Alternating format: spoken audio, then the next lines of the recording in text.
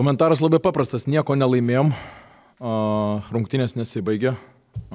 Antra rungtynių pusė bus žaidžiama Vilniuje po mėnesio, nežinom, kas per tą mėnesį atsitiks, kokiam ritme būsim mes, kokiam ritme bus varžovai, ką pasipildys varžovai, mes to negalim kontroliuoti, dėl to norisi dėl tos kiekvienos atakos dantimis įsikandus kautis, žinom, kad rungtynės nebus labai gražios, esam realiai 6 diena ant lagaminų ir žinom, kad čia nebus kažkokios labai aukštos kokybės, dėl to turėjom atidirbti gynyboje.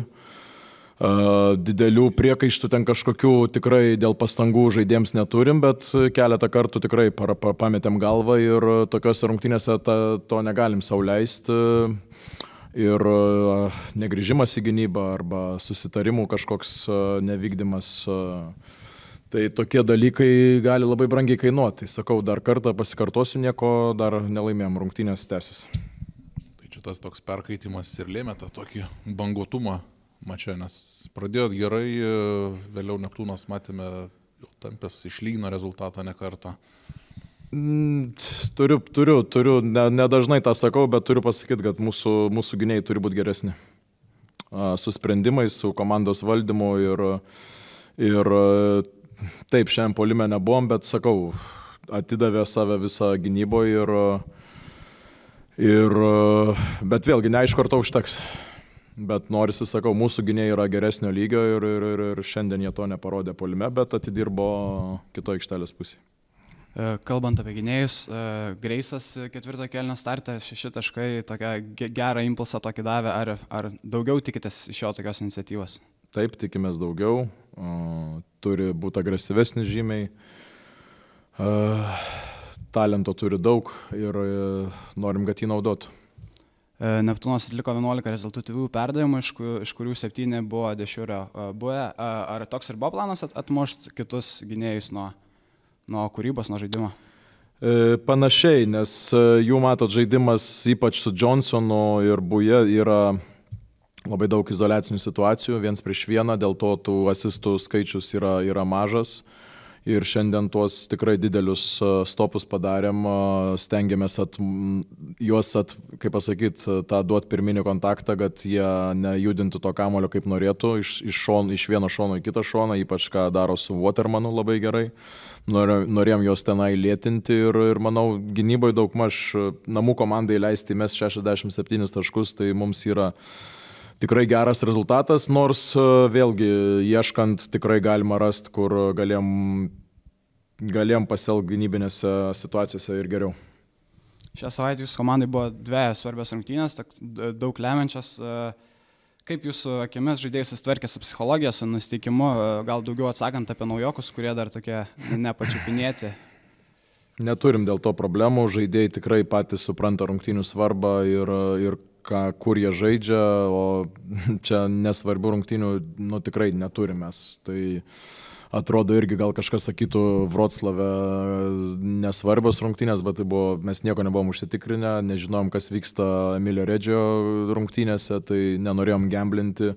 Ir tai buvo labai svarbios rungtynės ir tą reikia žaidėjams kartais įrodyti. Šiandien, tarp kitko, žaidėjams nieko nereikėjo įrodinėti, užteko pirmo pralaimėjimo namuose sezono pradžioje ir tai turbūt didžiausia buvo motivacija, kurią mes šiandien atsivežėm ir žinom šitų rungtynių kainą ir nieks šiandien vėl pasikartosiu, nieks nenorim gamblinti. Kokia yra Martyno Palikėno situacija, traumos, nes mačiau, kad riešas, kokia yra jo tiksli būklė? Jisai yra kaip ir pasiruošę žaisti, bet turim būti atsargus su jo riešu ir papildomi gal tyrimai, papildoma gal viena kita savaitė bus jam nuo to poilsio, nuo tos ramybės geriau ir jisai pasiruošęs kilti į kovą, bet esmė, kad turim būti protingi ir išlaukti, kada jisai visų tuo 100% galėtų žengti į aikštelę. Po LKL derbio pasvarstėte apie galimą papildymą, ar dabar didesnė pertrauka iki Čempionų lygos kovų, ar dabar turit kažkokią aiškesnį atsakymą, Rytas ieško naujoko, ar nelabai? Mūsų tikslai yra tikrai dideli, galiu tą pasakyti, dėl to kažkiek tikrai dairomės, bet tai nereiškia, kad mes stiprinsimės. Jeigu mes nerasim tikrai gero žaidėjo, kuris pastiprintų mus, mes tikrai bet ko neimsim ir dar kartą pasakysiu, šitoj vietoje mes negamblinsim. top 16 etapas, matėt patys pogrupį, KMT turnyras Anosios, taip pat LKL norim išlikti kovoje dėl tų aukščiausių vietų iki pat reguliaraus sezono pabaigos. Tai yra daug reikalų ir rinką stebim, nėra ten kažkokio, kaip pasakyti, gaisro tame, bet stebim ir savo žaidėjų pasirodymus, ir rinkoje esančių žaidėjus, kurių nėra. Paminėjot, kad gerą žaidėją, bet ar yra kažkokia aiški pozicija, ko būtent reikėtų jūsų komandai? Nėra. Neatskleisiu, nes nenoriu aš prieš šventės kažkokių žinučių komandai. Paprasčiausiai žiūrim papildymo, bet aiškumo dėl to nėra.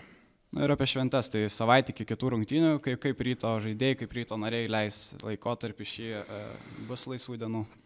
Nebus per daug tų laisvų dienų, pirmadienį turim sportuoti, su kontaktu turim sportuoti tikrai, nes šiandien tikrai nebuvo mūsų geriausios rungtynės, pailsėsim rytoj po šitų kelionių, pailsėsim gal per kūčias, o jau antrą kalėdų dieną reikės ruoštis Lietkabeliui, nes 28 žaidžiam. Gražių švenčių. Gražių švenčių, sveikatos ir geresnių metų negu praėjusiai.